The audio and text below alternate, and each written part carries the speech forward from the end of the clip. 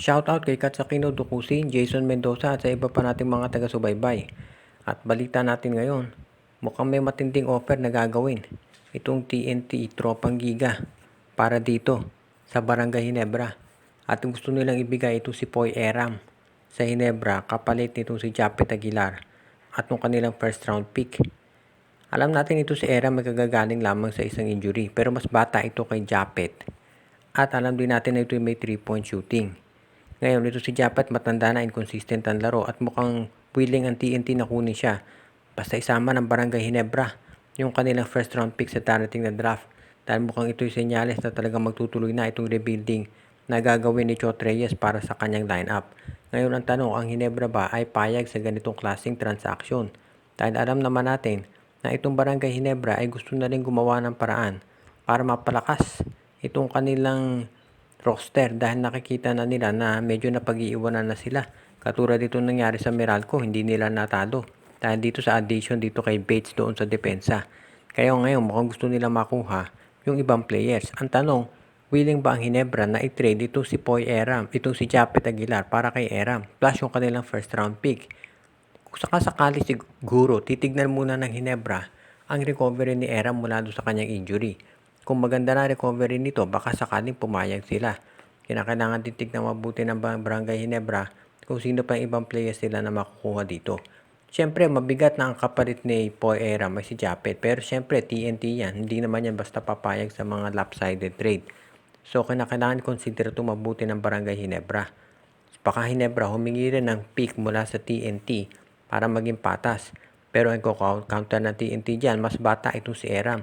So abangan natin kung matutuloy ang ganitong klaseng trade transaction para dito sa Hinebra at sa TNT.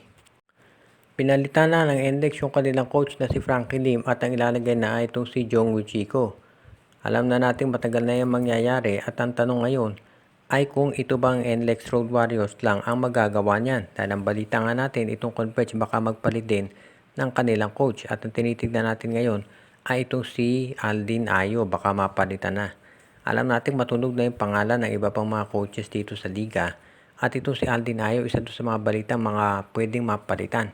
Siyempre kinakailangan din natin tignan yung posibilidad na maraming mga ibang coaches dyan na pwedeng kunin. Pero yung performance naman ng Converge nitong season na to, hindi naman natin pwedeng isisi dito kay Aldin Ayo lamang. Siyempre may pagkukulang siya talaga dahil sabi nga natin medyo questionable yung ibang ginawang trades ng Converge. Pero kinakailangan din natin i-take into account yung balita nga na ito nagtatank talaga para makuha si Justin Baltasar.